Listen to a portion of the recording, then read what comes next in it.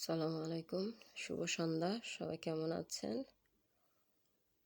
আজকে আরেকটি মজার রেসিপি নিয়ে হাজির হলাম আপনাদের সকলের সামনে। তো দেখতে পাচ্ছেন আমি একটি ডেকচিতে সয়াবিন তেল দিয়ে দিলাম।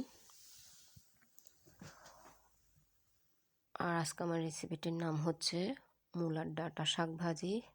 কিছুদিন আগে আমি একটি ভিডিওতে শীতের বিভিন্ন সবজি দেখিয়েছিলাম, সেখানে মূলাও ছিল। আর মূলার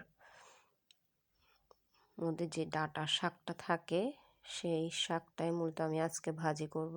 যেহেতু তেলটা গরম হয়ে গেলে এখানে আমি রসুন দিয়ে দিলাম, এরপর পেঁয়াজ কুচিটাও দিয়ে দিলাম। আর এখানে পেঁয়াজ কুচির পরিমাণটা একটু বেশি লাগবে এই শাক ভাজিতে। আসলে প্রচুর ঠান্ডা লেগে যাওয়ার কারণে ভয়েস দিতে কিন্তু একটু সমস্যা হচ্ছে, আশা করি ক্ষমা দৃষ্টিতে দেখবেন। এরই মাঝে কিন্তু আমি কাঁচামরিচটা ভেঙে দিয়ে দিলাম এবং স্বাদ মতো লবণটাও দিয়ে দিলাম। এগুলো একটু নেড়ে চেড়ে দিচ্ছি, দেখতে পাচ্ছেন।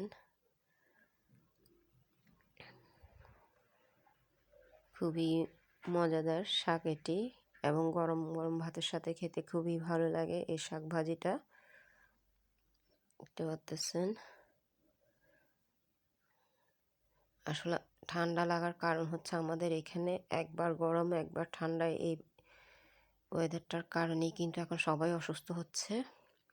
দেখতে পাচ্ছেন আমি মূলার ডাঁটা শাকটা দিয়ে দিচ্ছি। আর এগুলোকে একদম কুচি করে কেটে নিতে হবে। আর আমি আগের থেকেই কুচি করে কেটে নিয়ে ভালো করে পরিষ্কার করে নিয়েছি। তো দেখতে পাচ্ছেন মাশাআল্লাহ তৈরি হয়ে গেল আমার মূলার ডাঁটা শাক ভাজি। আশা করি আপনাদেরও ভালো লাগবে। আর আমার ভিডিওগুলো যদি ভালো লেগে থাকে অবশ্যই শেয়ার করে দিবেন, যাতে অন্যরা দেখার সুযোগ পায়। আপনারা অবশ্যই এভাবে একবার হলে তৈরি করে দেখবেন এই মূলার ডাঁটা শাক ভাজিটা, যেটা মূলার সামনের অংশটাতে থাকে শাকগুলা, সেগুলোর কথাই আমি বলছি এখানে। এবং কার কেমন লেগেছে অবশ্যই কমেন্টস করে জানাবেন। মাশাআল্লাহ কতটা লোভনীয় এই শাকগুলো এবং দেখতে কতটা সুন্দর দেখাচ্ছে, দেখতে পাচ্ছেন। আজ এতটুকুই, দেখার জন্য সবাইকে ধন্যবাদ।